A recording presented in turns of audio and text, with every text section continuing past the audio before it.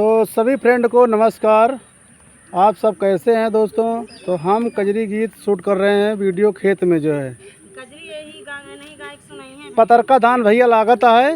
ये धान बहुत मतलब महकत चाउर जो है कबड़ की अम्मा और पातर धान भैया जो है ये देहात में खाए मिला ज़्यादा। तो देखा भैया इस वही जो ना मजाको करती हैं और टाइम नहीं है भैया। ऑडियंस जो ना है एक वीडियो आप सबके ताए हम जो ना है दे दिए तही जो ना है। चलो सुनाओ कजरी। तो चलो भैया आप सबका बहुत प्यारा सा कजरी की सुनाओ। चलते कैसा लगा कमेंट करके जरूर बताइए।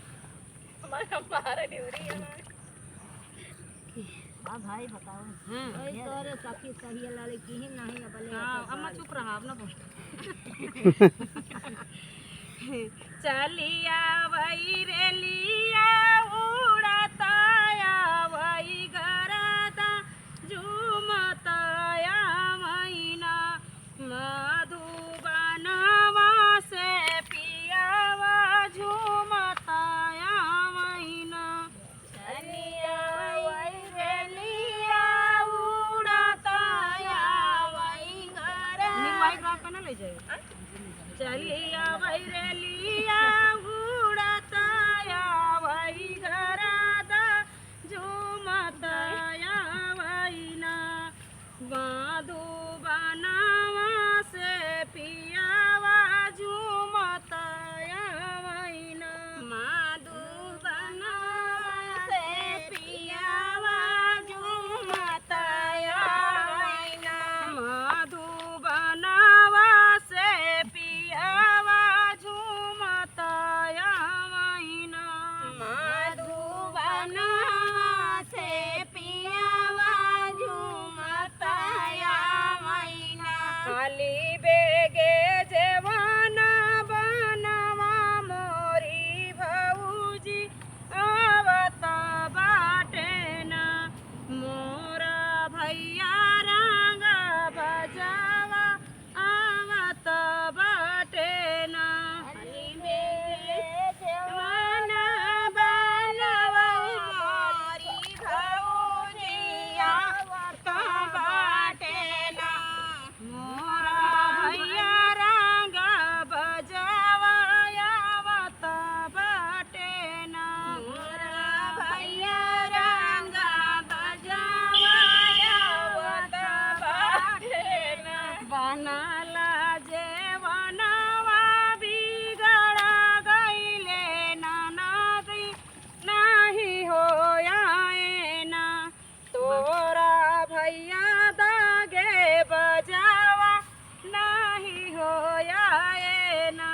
बनला जेवनवा बिगड़ी गईले ननदी नाही होयाए ना तोरा भैया रंग बजावा नहीं हो आए ना तोरा भैया रंग बजावा नहीं आए हो। चलिया वही रेलिया उड़ताया वही गरदा झूमताया वहीना मधुबनवा से पियावा झूमताया वहीना वही रेलिया उड़ताया वही गरदा झूमताया वहीना मधुबनवा से पियावा झूमताया वहीना मधुबनवा से पियावा झूमताया वहीना मधुबनवा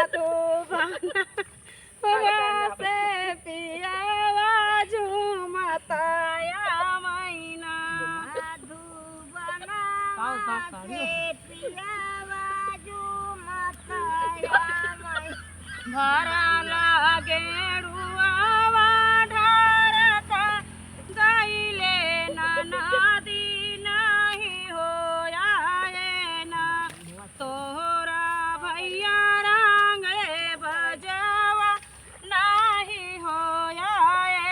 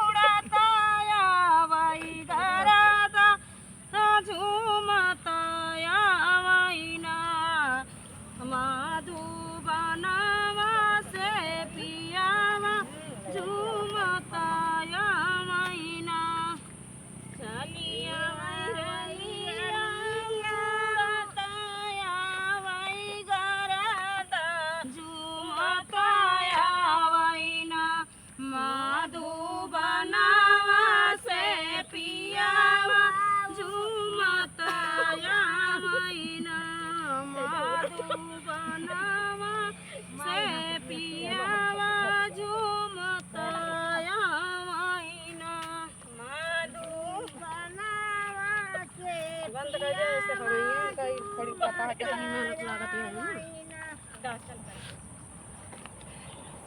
ये हमार तो हिचत हिचत करिए नहीं कर